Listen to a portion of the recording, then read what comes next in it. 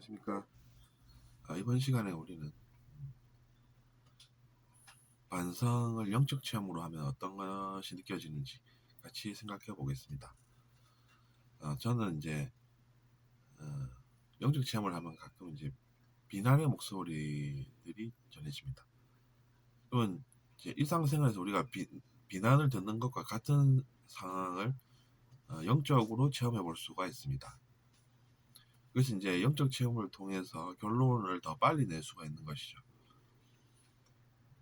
그렇지 않으면은 이제 상대방이 어떻게 반응하는지 모르기 때문에 일상생활에서는 알려면 시간이 많이 걸리지만 영적 체험을 하면 이제 단기간에 결론을 끌어낼 수가 있습니다. 왜냐하면 상대방이 어떻게 반응하는지 또 느껴지기 때문이죠. 그래서 이제 제가 반성이라는 것을 해본 것입니다.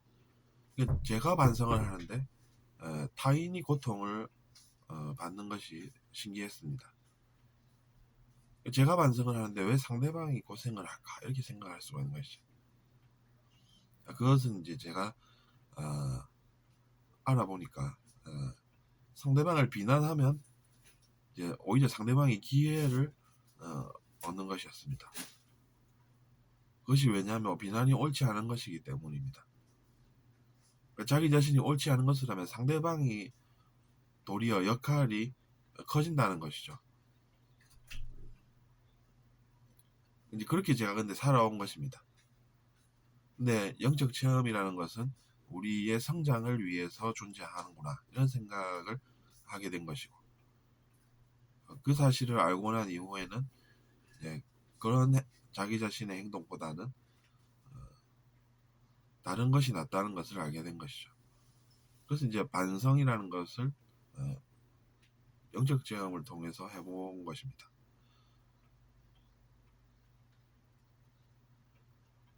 그래서 이제 그 전에는 제가 실수를 하면 오히려 그 실수를 좋아하고 그 실수를 이용하는 사람들이 있다는 것을 알게 된 것이죠. 근데 반대로 반성을 제가 해버리면 그 사람들이 좋아하지 않는 것입니다.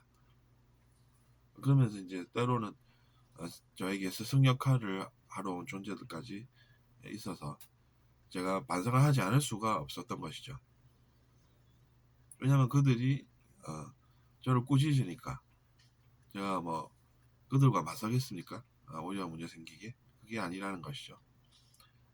그래서 이제 당연히 꾸짖는 스승 역할을 하는 사람들, 하는 존재들, 하는 영혼들을 제가 느끼니까 당연히 반성을 하게 되고 그래서 이제 남 탓을 하지 않고 나에게 왜 이런 상황이 왔을까 그 생각만 하게 된 것입니다. 그러면서 반성을 하게 된 것이죠. 근데 왜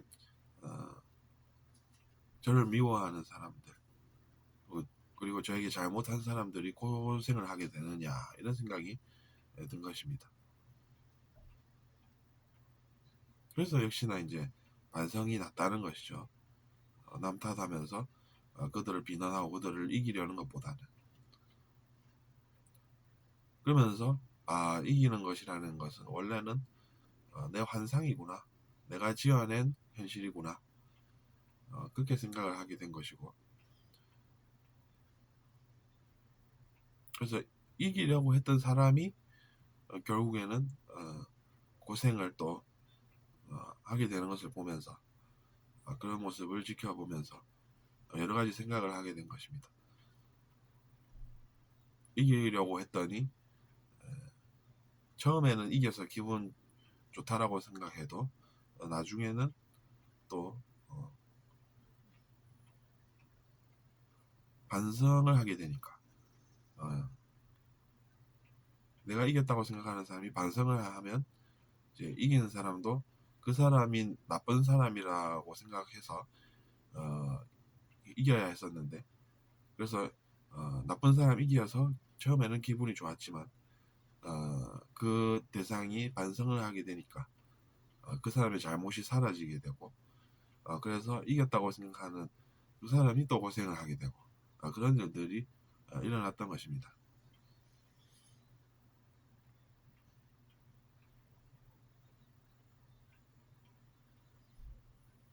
그래서 이제 신비체험이라는 것도 그런 의미가 있는 것이지.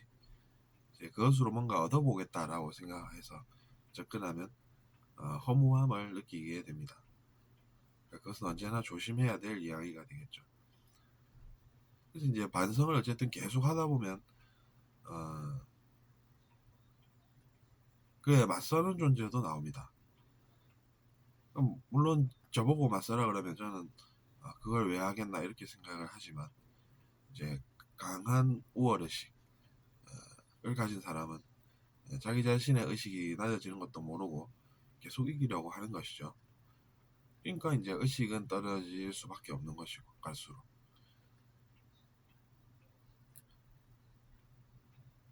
그리고 우리가 영체라고 부르는 그런 존재들도 다 그런 존재들입니다. 어쨌든 그래서 이제 그런 존재가 등장하면은 좀 두려울 수는 있습니다. 하지만 이제 그 두려움을 맞설 때에도 그 존재를 비난하고 욕하는 것이 아니라 내가 과거에 잘못한 것이 있어서 그런 현실이 펼쳐지는구나.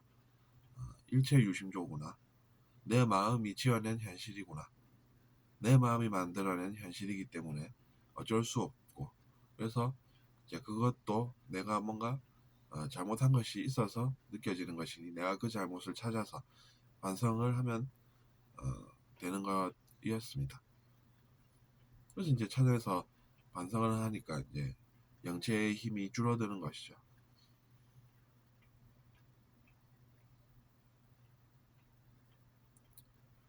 그 영체의 역할이 줄어들고 고지는 역할이 줄어들고 그래서 이제 그 영체가 힘을 못 쓰게 되는 것입니다. 그러면서 이제 모든 것이 내가 만든 현실이다라는 것을 이제 또 알게 된 것이죠. 일체유심조라고 이야기한 것이 이제 그냥 책에서 보고 그 내용을 내가 이야기하는 것이 다인 것이 아니라 체험을 통해서 내가 그것을 똑같이 그 이야기를 처음에 하셨던 분이 하셨던 그 마음을 이해하게 되고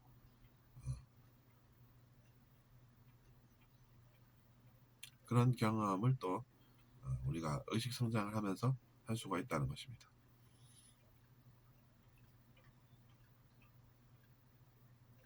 그러니까 여러분도 우월의식으로 즐겁게 살면 안 되겠다는 것을 느끼지 않으시니까 그것이 중요합니다. 물론 우월의식이 달콤하죠. 처음에는 우월의식이 처음에는 상당히 매력적이라고 느낄 수 있습니다. 하지만 이제 이겨서 얻는 즐거움이 전부라고 하면 어떻게 되겠습니까?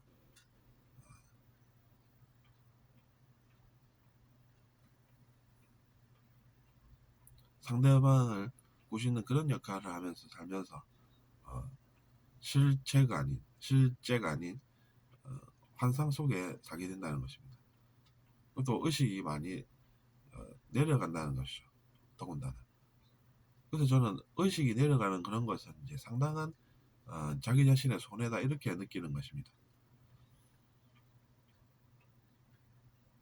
우리의 영혼이 지금까지 배워서 쌓아온 것을 버리고 우월의식에 모든 것을 투자하는 것이 얼마나 위험하겠습니까? 그런 삶을 사니까 우리가 이제 영성에서 가끔 접하는 그 타락한 존재 또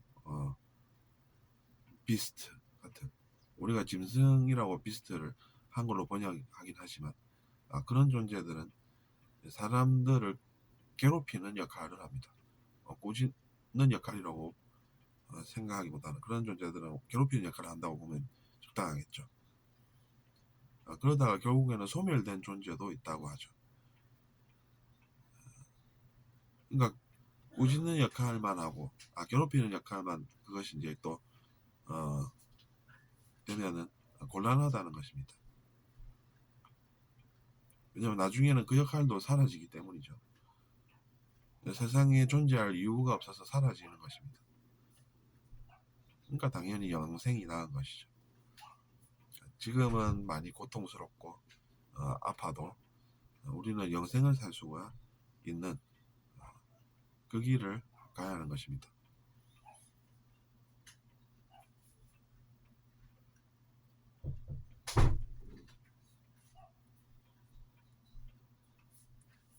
이제 돌아볼 줄 안다는 것이 그만큼 좋다는 것이죠. 과거에 잘못이 있어서 지금 나에게 아픔이 오긴 해도 우리가 내면이 더 관찰되는 기회를 가질 수 있고, 그래서 성장까지 하고,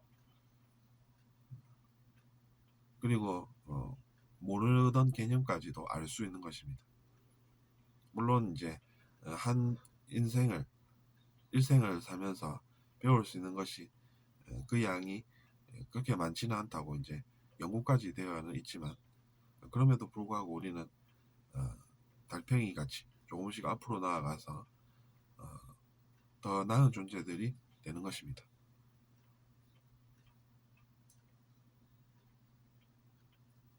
그리고 누군가가 내가 달팽이 같다고 해서 비웃을 것이라는 것도 환상입니다. 그러니까 그 환상도 버려야 하는 것입니다.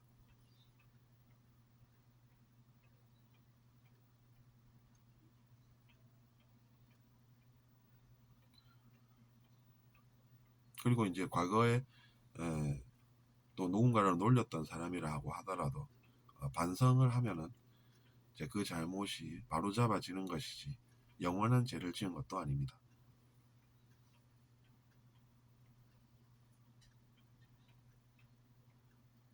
그러면서 이제 비난이 두려웠던 사람도 조금씩 더 나아질 수 있고, 가해를 했던 사람도 그 가해를 바로잡음으로써 또 살아갈 수가 있는 것입니다.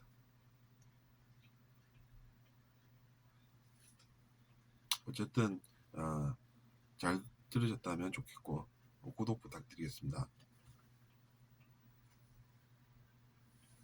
감사합니다.